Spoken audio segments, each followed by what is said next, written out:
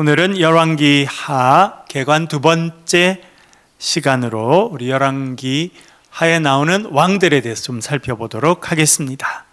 열왕기, 영어로는 kings라고 되어 있습니다.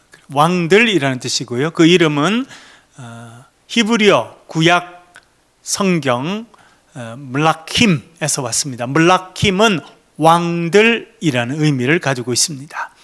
그러면 어떤 왕들이 나오고 있습니까? 먼저 열왕기의 왕들, 북이스라엘에는 19명의 왕이 나오고 있습니다. 첫 번째 왕은 우리가 꼭 기억할 필요가 있습니다. 이름이 무엇입니까?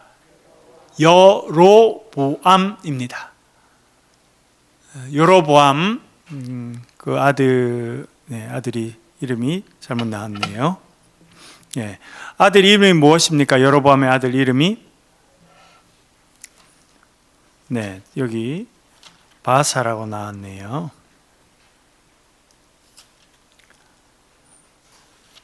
바사는 그 다음이고요. 여로보암의 아들 이름이 무엇입니까? 나답입니다. 나답. 여기는 바사라고 나답. 나답이라는 사람이 있었는데 그 아들이 이제 살해를 당하게 됩니다.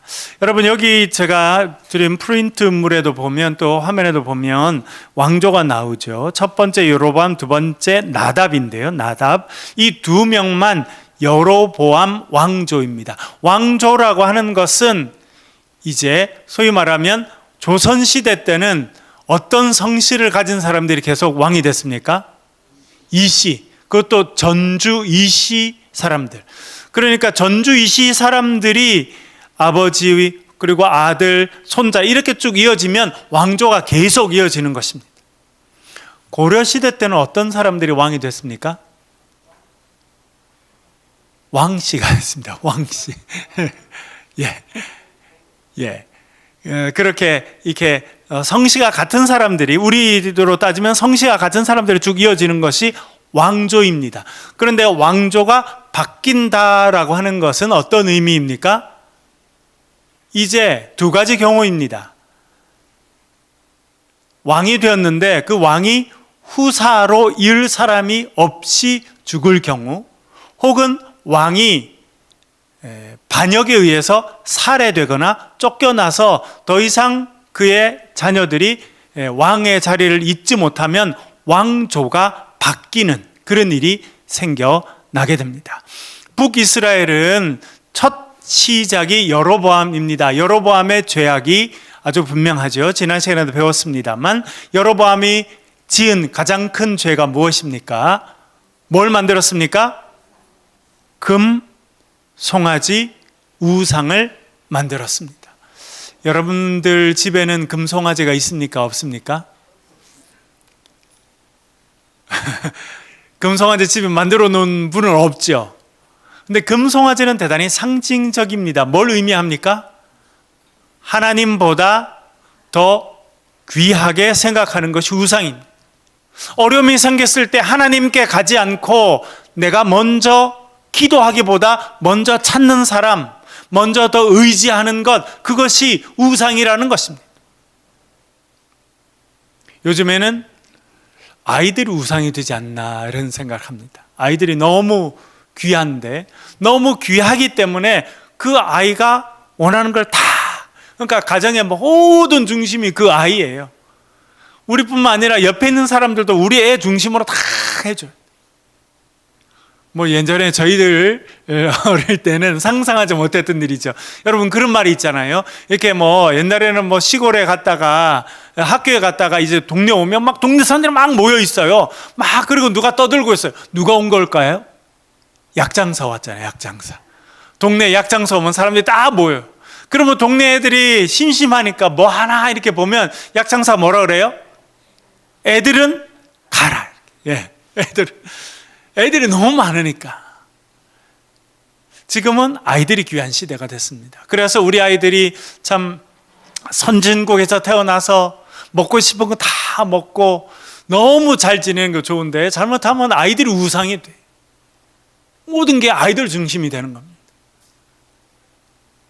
여러분, 우상, 그것은 여로보암은 이제 금송아지를 만들었습니다. 그런데 우리가 늘 생각해야 되는 것은 무엇이냐면, 내가 하나님보다 더 의지하는 것이 있는지, 내가 하나님보다 더 사랑하는 것이 있는지, 그것을 돌아볼 필요가 있습니다. 여로보암이 왕이 되었습니다. 그리고 큰 범죄에 금송아지를 2개 만들어서 하나는 베델에, 또 하나는 단에 세웠습니다. 그리고 자신의 권력을 유지하기 위해서 자신의 백성들이 남유다 지역인 예루살렘에 있는 성전에 가는 것을 막기 위해서 그렇게 했는데, 그것은 북이스라엘의 영원한 죄가 됩니다. 결국은 북이스라엘이 주전 722년에 멸망하게 되는데, 쭉 그슬로 올라가면 그 원인은 여로보암이 금송아지를 만들고 백성들로 하여금 그 금송아지를 하나님처럼 섬기게 만든 것에 있다, 그렇게 말씀드릴 수 있습니다. 그래서 그 죄로 인해 여로보암이 죽게 됩니다. 그 아들 나답이라는 사람이 왕이 되었지만 금방 살해를 당합니다. 그래서 바사라는 사람이 차지합니다. 그래서 3번째 왕은 바사입니다. 그리고 엘라가 또 왕이 되는데, 또 어떤 일이 생깁니까? 시므리라는 자가 또 금방 죽여버립니다. 그래서 자기 때 아들 때까지 하고 또 살해당하고, 시므리는 몇 개월 하지도 못하고 또 쫓겨나게 됩니다. 이렇게 왕이 계속 바뀌는 시대는 어떤 시대든지 나라가 망하게 됩니다. 여러분, 우리나라도 참 슬프게도 최근에 대통령 2명이 임기를 채우지 못하고 탄핵을 당해서 물러났습니다. 이것은 쉬운 일이 아닙니다. 대단히 심각한 일입니다. 왜요? 이렇게 지도자의 생명이 짧으면 짧을수록 혼란이 심해지게 되고, 혼란이 심해지면 나라는 아주 어려운 순간으로 들어가게 되어 있습니다. 로마 시대에, 여러분 지금 우리는 서양에 가보면 서양은요, 로마를 빼고 이야기할 수가 없습니다. 유럽 사회 전체뿐만 아니라 미국도 마찬가지고요, 심지어 그 영향은 남미에도 있습니다. 이 서양 사회, 서구 사회의 가장 뿌리는 로마 시대입니다. 로마 시대 때는 주전 26년부터 주후 180년까지 200년 동안을 황금기, 로마의 평화 시대다, 그렇게 말합니다. 우리가 잘 아는 로마의 화려한 일은 주전 26년부터 주후 180년, 200년 동안 다 이루어진 일입니다. 지난번에 말씀드렸는데, 여러분, 글래디에이터라고 하는 영화 또 보신 분도 있고 적어도 들어보셨죠? 글래디에이터라고 하는 영화는 어떤 이야기냐면, 물론 이제 군단장이었던 사람이 모함을 받아서 왕의 말을 안 들으니까 왕이 죽이려고 하니까 이제 노예로 팔려갔다가 검투사가 돼서 다시 로마로 돌아와서 결국은 왕과 칼싸움을 해서, 그때 왕이 코모두스라는 사람이었는데 검투사 복장을 하고 이렇게 사람을 죽이는 걸 좋아하는 왕이었거든요. 그래서 그 사람 결국 전투를 한다, 뭐 이런 내용인데, 이 코모두스라고 하는 사람은 이 로마의 평화 200년을 마무리하는 제일 마지막 사람인 마르쿠스 아우렐리우스의 아들이었습니다. 아버지는 너무나 훌륭한 사람이고, 아버지부터 그 앞에 5명은 오현제, 로마 시대 전체에서도 5명의 가장 지혜로운 왕이 다스렸던 시대를 오현제라고 말하는데, 자기 아버지 마르쿠스 아우렐리우스가 그 마지막입니다. 그리고 이 아버지는, 그 전의 왕들은 다 자기 아들에게 왕자리를 준 것이 아니라 부하 가운데 가장 총명하고 가장 능력 있고 똑똑한 사람을 자기의 양자로 맞아서 왕권을 이어줬습니다. 그러니까 가장 실력이 있고 지혜 있고 준비가 된 사람을 양자로 맞아서 왕으로 줬습니다. 그래서 그것이 5번 이어져서 오현제 시대가 되고 로마가 가장 화려한 시대를 갖게 되는데, 이 마지막 5번째 왕이었던 마르쿠스 아우렐리우스는 그 전통을 깨버리고 자신의 핏줄에게 왕위를 물려주게 되는데, 이 아들이 준비가 안 됐어요. 그래서 평생 검투사하고 사람들 막 이렇게 모아놓고 칼로 찔러 죽이고 이런 걸로 사람들 위로하고 지내다가 그 사람이 이제 칼에 맞아 죽게 되고 왕이 계속 바뀝니다. 짧은 시간에 또 바뀌고 또 바뀌고. 그래서 로마가 정점을 지나서 이제 몰락하는 그 기회는 보면 왕들이 바뀝니다. 나중에는 6개월에 한 번 왕이 바뀌고 1년에 왕이 3명, 4명이 나오고 그렇게 하는 시대를 지나면서 로마가 급전지하 추락합니다. 지금 북이스라엘도 그런 모습을 보이고 있습니다. 여로보암이 왕이 하고 아들이 나답이 됐는데 2년이 안 돼서 칼에 맞아 죽습니다. 바살은 사람이 또 그래서 좀 안정적으로 하다가 아들이 되니까 시므리라는 사람이라서 또 칼로 쳐 죽여버려요. 시므리라는 사람은 1년도 못 차지 않습니까? 그리고 또 반란이 나서 또 물러나게 되고 이런 혼란을 계속 겪으면서 나라가 어려워집니다. 그런데 모든 것이 그렇지만 오르막이 있으면 내리막이 있게 돼 있고 내리막이 있으면 뭐가 있습니까? 오르막이 있게 돼 있어요. 이게 역사의 흐름입니다.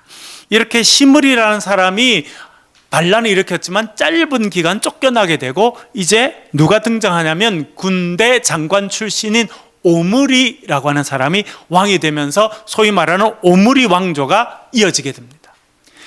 북이스라엘 역사에서 가장 경제적으로 화려하고 가장 국제적으로 힘이 셌던 시대는 오므리 왕조 시대입니다.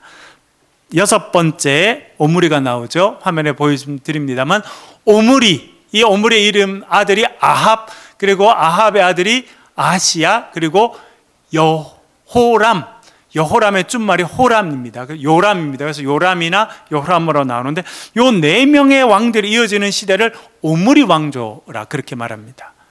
이 오므리 왕조는 북이스라엘이 경제적으로는 가장 번창한 시대가 됩니다. 경제적으로 번창하려면 여러분 뭘 잘해야 되겠습니까? 무역을 잘해야 됩니다. 옆에 있는 나라와 잘 지내야 돼요. 옆에 있는 나라와 계속 싸우면요 나라가 힘들게 돼 있습니다. 미국이 지금 옆에 있는 모든 나라를 적으로 만들고 있습니다. 어제도 보니까 미국 대통령이 캐나다 총리를 만나서 그럼 뭐라 말하냐면 야 캐나다 너희들 미국의 51번째 주 되면 좋겠다. 또 그렇게 이야기했어요. 여러분 캐나다 땅이 미국 땅만 합니다. 사실은 더 크죠. 예. 경제력은 뭐 훨씬 더 적습니다만. 그러니까 또 미국 야 내 캐나다 51번째 돼서 미국 되면 얼마나 좋으냐 그랬더니 우리는 절대 될 마음이 없다. 그래서 미국이 지금 옆에 있는 나라들과 전부 다 지금 관세를 붙여서 지금 다 이렇게 적으로 만들고 있는 것은 미국을 되게 힘들게 만드는 일이다 이렇게 생각이 되는데 하여튼 그렇게 하고 있는 중입니다. 어떻게 해야 나라가 번창하냐면 주위의 사람들과 손을 잘 잡고요 친구가 돼야 돼요. 그래서 무역도 하고 주고받고 우리나라에서 많이 나는 거 너희네들 안 나면 갖다 주고. 여러분 우리나라 옛날에 어릴 때 제가 그 귀하디 귀한 바나나를 처음 먹었던 게 아직도 기억이 나요. 여러분 어릴 때 바나나 드셔보셨어요? 안 드셔보셨어요? 못 드셔보셨죠? 저도 언제인지 모르겠는데 한 중학교 때인가 뭐 초등학교 고학년 때인가 그때 저희 외삼촌이 배를 타셨거든요. 엄청 멀리 가는 배. 그래서 바나나를 사와가지고 그 하나를 준 거예요. 그래서 제가 그 바나나를 처음 먹었던 나라면 평생 못 잊지 않겠네. 그러다가 제가 나중에 단기 선교된 필리핀에 갔는데 그 나라는요 동네 뒷마당에 바나나가 열려가지고 바나나가 따는 사람이 없어서 그냥 땅에 떨어집니다. 사이가 좋으면 우리나라 많이 나는 걸 수출하고 또 없는 걸 수입하고 이렇게 해야 서로 다 잘 살게 되거든요. 이 오므리 시대 때는 그런 일을 잘했어요.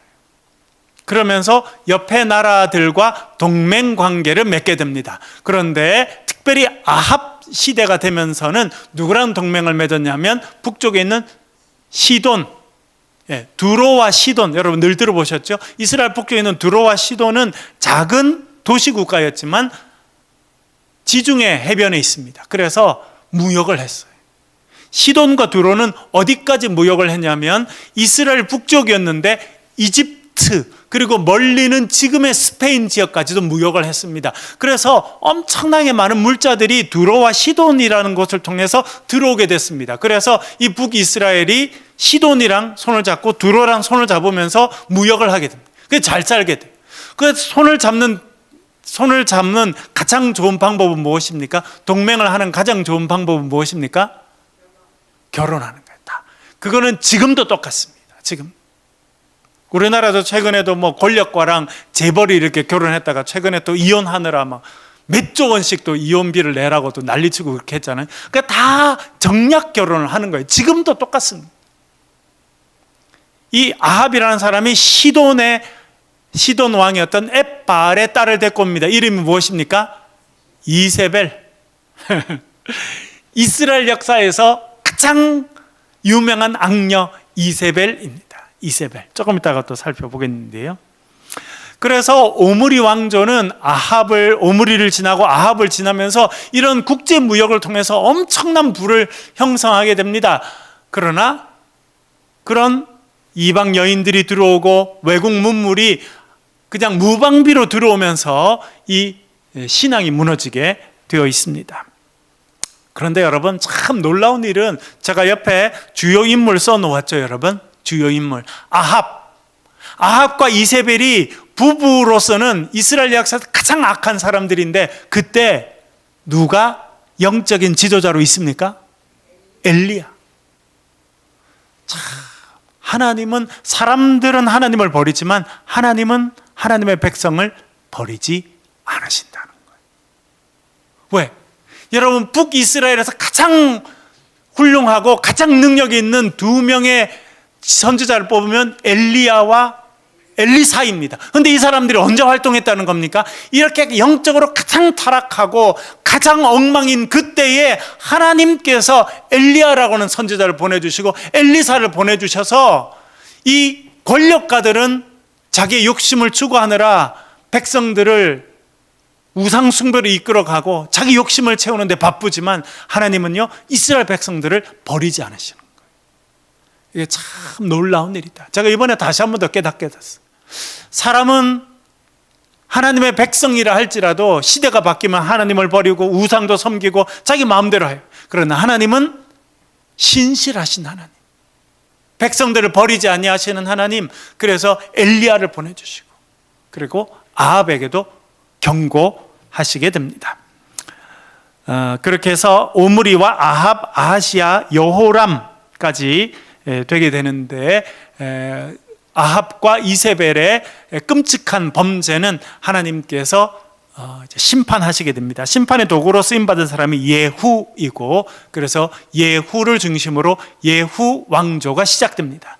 예후, 여호아스, 요아스, 여로보암 2세. 또 여로보암 2세 때는 이제 아합 때만큼 엄청 경제적으로 부흥하게 되는데, 그때는 이제 아모스가 또 이제 활동하는 것을 볼 수 있겠고요. 그리고 스가랴, 이렇게 넘어가게 됩니다. 그 다음으로 넘어가면 이제 15번째 살룸, 이런 왕들부터는 그렇게 중요하지 않은 그런 왕들이 이제 짧게 지나가면서 나라가 더 힘이 없어지고 결국은 주전 722년에 멸망하게 됩니다. 우리가 잘 알고 있는 오므리 왕조의 대표적인 사람 아합과 이세벨에 대한 이야기를 보겠습니다. 첫 번째, 자녀가 있습니다. 자녀 누구입니까? 아들은 물론 여러 사람이 더 있었겠습니다만 대표적인 사람이 있습니다. 큰아들이 아하시아였던 것 같고 둘째가 여호람이었습니다. 아하시아는 왕이 됐지만 떨어져서 낙상 사고로 인해서 중병을 얻고 2년이 안 돼서 죽습니다. 그래서 그의 동생이었던 여호람이 왕이 됩니다. 근데 중요한 것은 딸이 있습니다. 딸 이름이 무엇입니까, 여러분? 아달랴. 남유다 왕 여호람과 결혼하게 되죠, 여러분. 자, 제가 이번에도 다시 깨닫게 되는 게 있어요. 아합이라고 하는 사람은 악한 왕이었지만 누구를 만납니까? 어려우면 누굴 찾습니까? 엘리야도 만나고, 엘리야가 한 소리 하면 듣습니까? 안 듣습니까? 적어도 들어요. 적어도 입을 다뭅니다. 하나님의 사람의 말씀하시니 들어야 돼. 근데 이세벨은 아예 하나님 신앙이 없으니까 그렇게 하니까 어떻게 하겠다 말합니까? 죽여버리겠다고, 그렇죠? 그래서 엘리야가 막 광야까지 도망가지 않습니까? 이 이세벨이 왔는데 이 아합과 이세벨이 낳은 딸이 있습니다. 그 딸이 누굽니까? 아달랴. 남유다에 있어서 끔찍한 일을 하는 처음이자 마지막 여왕이 아달랴인데 그 아달랴는 이세벨의 딸이라는 겁니다. 그러니까 여러분, 시돈에서 아가씨 한 명이 시집 왔는데 이 아가씨가 북이스라엘과 남유다 전체를 초토화시키는 일을 아가씨 한 명이 한다는 거예요. 참 놀라운 일입니다. 대표적인 악행과 처벌 우리가 잘 압니다만 한번 정리해 보겠습니다. 첫 번째, 사마리아, 북이스라엘의 수도였던 사마리아에 바알의 신전을 세우게 됩니다. 두 번째는 바알 신앙을 국가적인 차원에서, 국가 종교가 되지는 못했습니다만 국가적인 차원에서 장려하고, 그래서 바알 선지자, 아세라 선지자들은 이 이세벨이 국가 돈으로 다 먹여주고 재워주고 다 입혀주고 합니다. 그러나 여호와의 선지자들은 엄청나게 박해를 하게 됩니다. 그리고 네 번째, 이 사건은 하나님께서 정말 싫어하셨던 것 같아요. 나봇을 죽이고 포도원을 빼앗습니다. 여러분, 복음노트를 통해서 몇 번이나 말씀드렸습니다만 이 이스라엘이라고 하는, 지금도 가면 이스라엘이 평야입니다. 평야. 북이스라엘 중에서 평야지대가 이스라엘이라는 곳인데 그곳에 왕궁이 있었던 것 같습니다. 그 근처에. 거기서 나봇이라는 사람이 포도원이 있어요.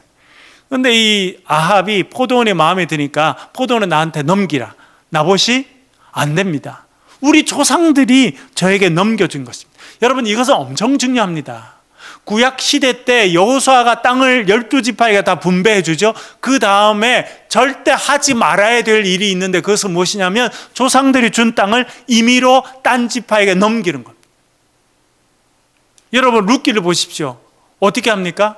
나중에 나오미와 룻이 돌아온 다음에 보니까 자기들이 외국 가 있는 사이에 이 남편 엘리멜렉이 조상으로부터 받았던 이 땅을 누군가 가져가 있는 거예요. 그러니까 이 땅을 되갖고 와야겠죠. 그런데 이 사람들은 가난하고 돈이 없으니까 친척 중에 가장 가까운 사람이 땅도 사서 돌려주고 과부인 여인도 아내로 맞아서 대를 잇도록 하는, 기업 무른다라고 하는 것이 생긴 이유는 조상이 준 것은 딴 지파나 딴 사람에게 주지 않는다는 철칙이 있고 그것을 지켜야 되기 때문에 그렇습니다.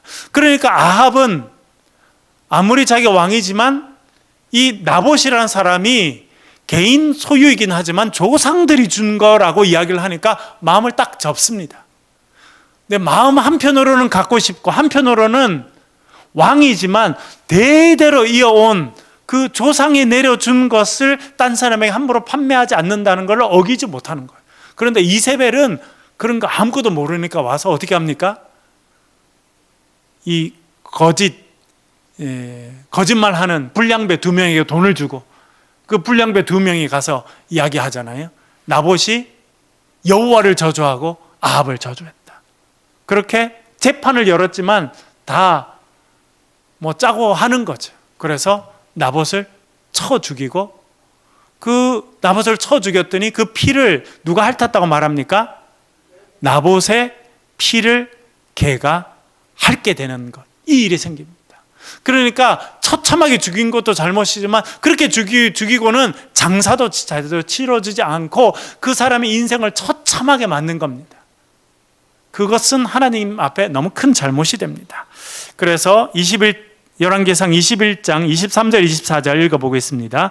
그래서 이제 엘리야 선지자가 아합 왕을 만나서 이렇게 이야기합니다. 읽어보겠습니다. 23절 24절 같이 읽겠습니다. 시작. 이세벨에게 대하여도 여호와께서 말씀하여 이르시되 걔들이 이스라엘 성읍 곁에서 이세벨을 먹을지라. 아합에게 속한 자로서 성읍에서 죽는 자는 개들이 먹고 들에서 죽은 자는 공중의 새가 먹으리라고 하셨느니라. 아멘. 이세벨이 거짓말 불량배 둘에게 돈을 주고 거짓 증언을 해서 죄 없는 나봇을 쳐서 죽이고 그 피를 개들이 핥게 됐습니다. 처참한 범죄를 저질렀습니다. 그랬더니 엘리야가 와서 말합니다. 이세벨이 죽을 것인데 어떻게 될 거라? 이세벨을 개들이 이스라엘 평야, 그 나봇의 포도원이 있었던 그곳에서 먹게 될 것이다. 여러분, 그대로 됩니까? 안 됩니까? 그대로 됩니다. 아합에게 속한 자로서 성읍에 죽은 자는 개들이 먹고 들에서 죽은 자는 공중의 새가 먹을 것이다. 이것은 첫 번째 왕이었던 여로보암의 집에 내린 저주인데 이제 아합의 집에서 완전히 이루어지게 되었습니다.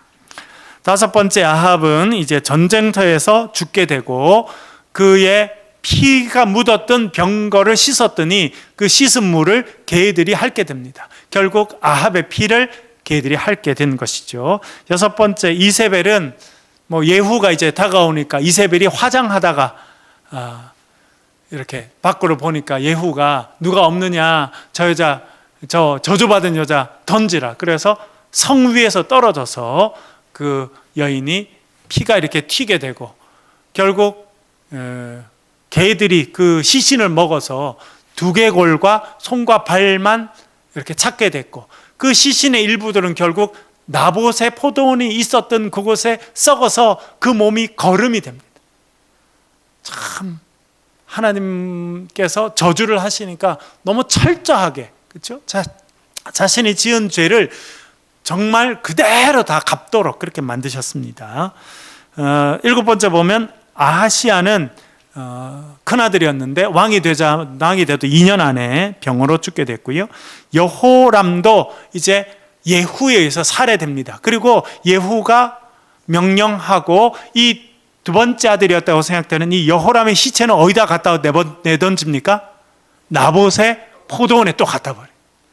그러니까 나봇이라고 하는 정말 힘없는 한 사람을 죽인 것은 하나님 앞에 엄청난 죄악이었습니다. 그래서 이세벨의 몸도 거기 던져지고 두 번째 아들이었다고 생각했던 여호람도 시신이 거기 던져져서 그 핏값을 계속 갚도록 하였습니다. 그리고 마지막에 보면 아들이 70명. 그러니까 여러분 아합은 이세벨만 아내로 있었던 건 아니었고 아마 후첩도 있고 후궁도 있고 여러 사람이 있었겠죠. 그렇죠? 그 아이들이 다 쳐서 여하튼 아합을 아버지라고 부르는 이 왕자들이 70명이 있었는데 어떻게 됩니까? 사람들이 다 겁이 나가지고 예후가 오니까 겁이 나니까 예후가 뭐라 말합니까? 그 아합의 자식들 누군지 너희들이 잘 알지? 너희들 알아서 해. 그랬더니 어떻게 합니까? 다 죽여서 한꺼번에 다 모아와가지고 길거리에 던져버려요. 한 나라의 왕자들이지만 처참히 그 아버지와 그 엄마의 그 모든 죄를 자식들까지 다 갚는 그런 모습을 보여주고 있습니다. 열왕기 하의 왕들 중에 남유다 왕은 20명입니다. 20명. 자세히 한번 살펴보겠습니다. 왕 이름, 그리고 여기는 왕조는 없습니다. 왜? 그래도 하나님께서 이 다윗의 후손 가운데 왕이 될 거라 하셔서 다윗의 후손이 왕이 되고 딱 한 명만 예외입니다. 누가 예외가 될까요? 아달랴. 아달랴는 다윗의 후손이 아니죠. 그런데 정말 특별한 일을, 끔찍한 일을 저지르는 이 이세벨의 딸, 이것은 예외적으로 이 딸이 들어갈 뿐이고 나머지는 전부 다 그래도 다윗의 후손 가운데 세워집니다. 첫 번째는 르호보암이고요. 솔로몬의 아들이지만 솔로몬이 나중에 지혜가 없는 것처럼 르호보암도 지혜가 없습니다. 그래서 지혜로운 사람 말을 듣지 않고 자기 또래 말을 듣다가 나라가 쪼개지는 일을 하게 되고요. 두 번째가 아비야, 세 번째가 아사인데 아사가 그나마 좀 괜찮은 일을 했던 사람이었습니다. 그 다음 넘겨주시고요. 네 번째 왕은 여호사밧인데 여호사밧부터 이제 큰 범죄를 하게 되는데 그것은 북이스라엘과 동맹을 하게 됩니다. 그래서 여호사밧이 아들 여호람을 위해서 며느리를 데리고 오죠. 그 며느리가 누굽니까? 아달랴를 데리고 오게 됩니다. 그래서 이 여호람의 아내가 아달랴입니다. 그리고 여호람이 죽고 난 다음에는 아하시아라고 하는 그 아들이 왕이 됩니다. 왕이 되었는데 이 왕은 또 이 북이스라엘의 아합의 아들과 친하게 지내다가 여호람과 친하게 지내다가 북이스라엘 여호람이 죽을 때 남유다 아하시아도 예후에 의해서 죽임을 당하게 됩니다.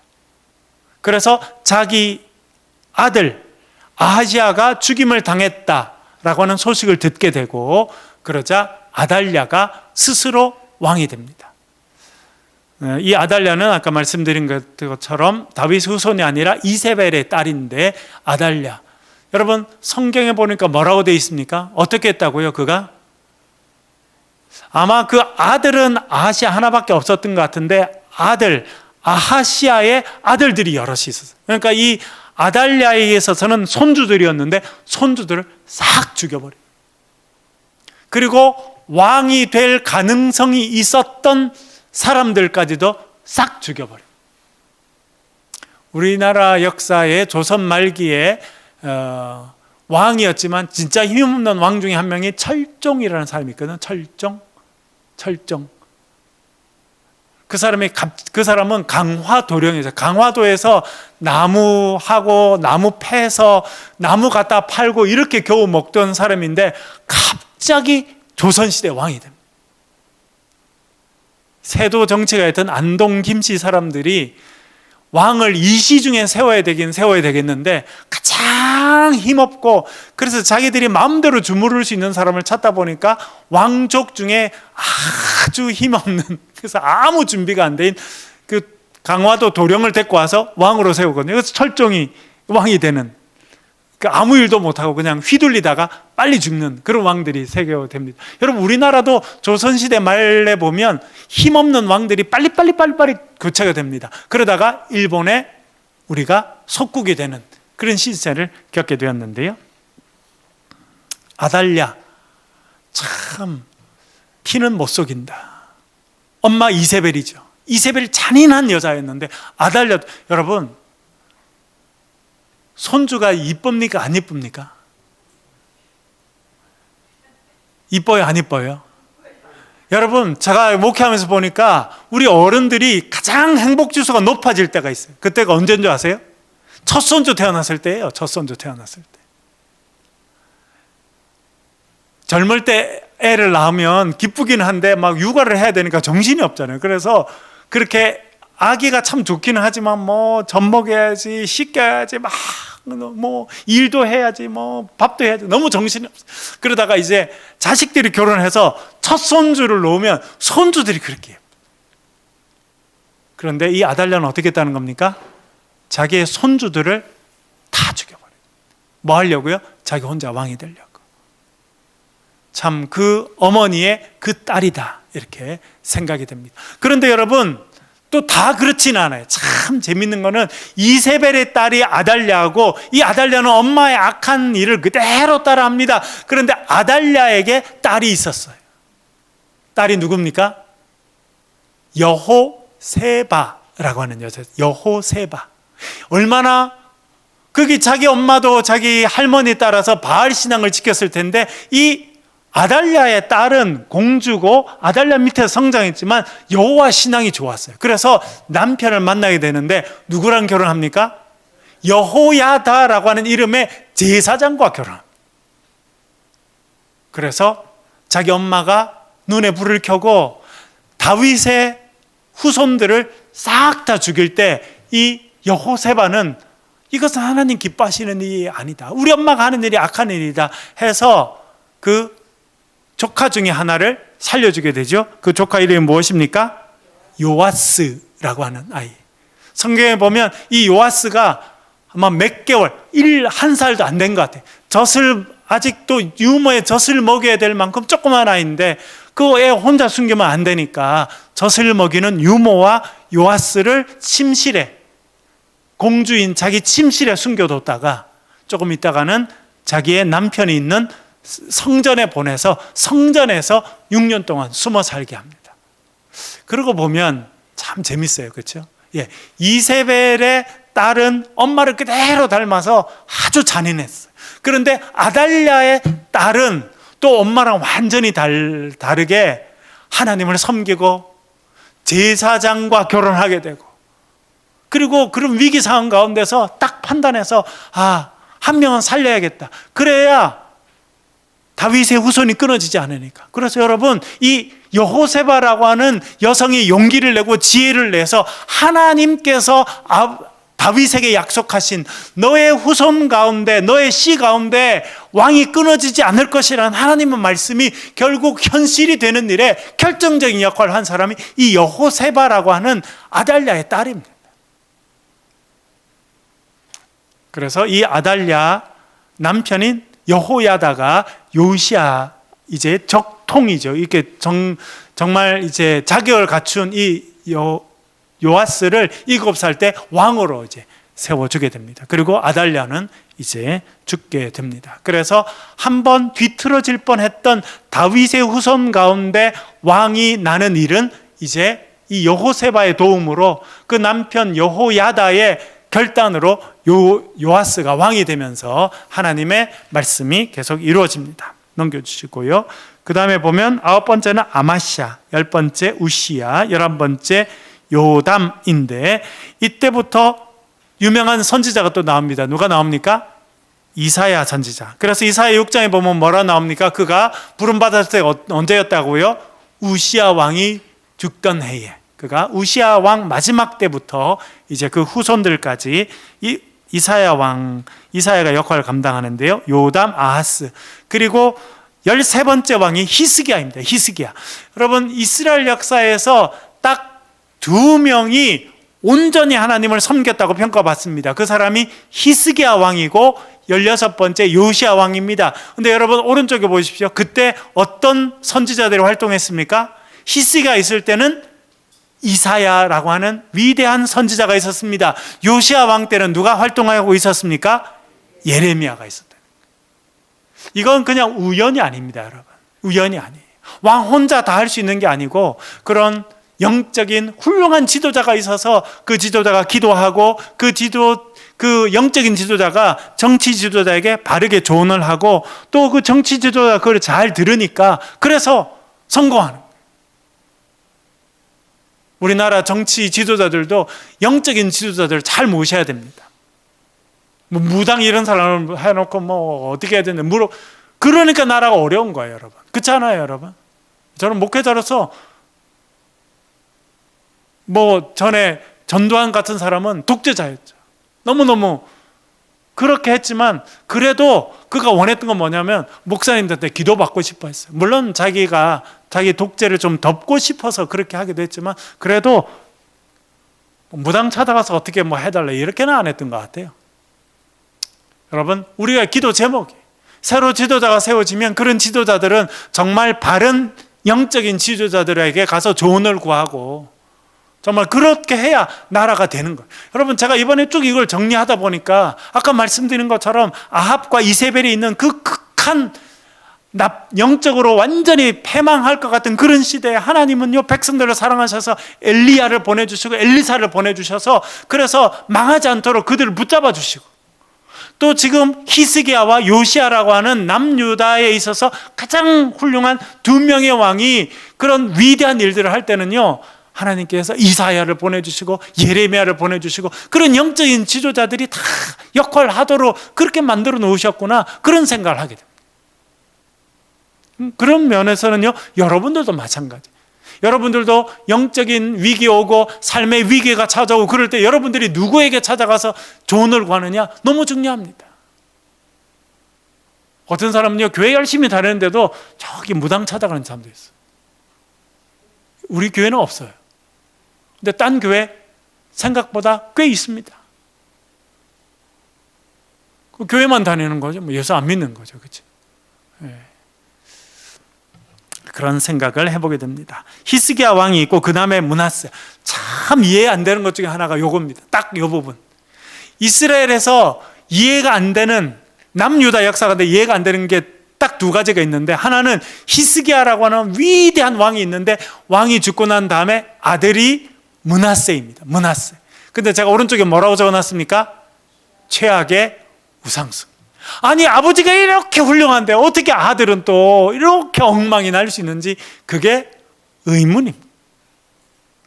2번째는 뭐냐면 요시야 왕이 개혁을 하게 되는데 요시야 왕이 빨리 죽게 됩니다. 그거는 이스라엘 백성들이 이해할 수 없었습니다.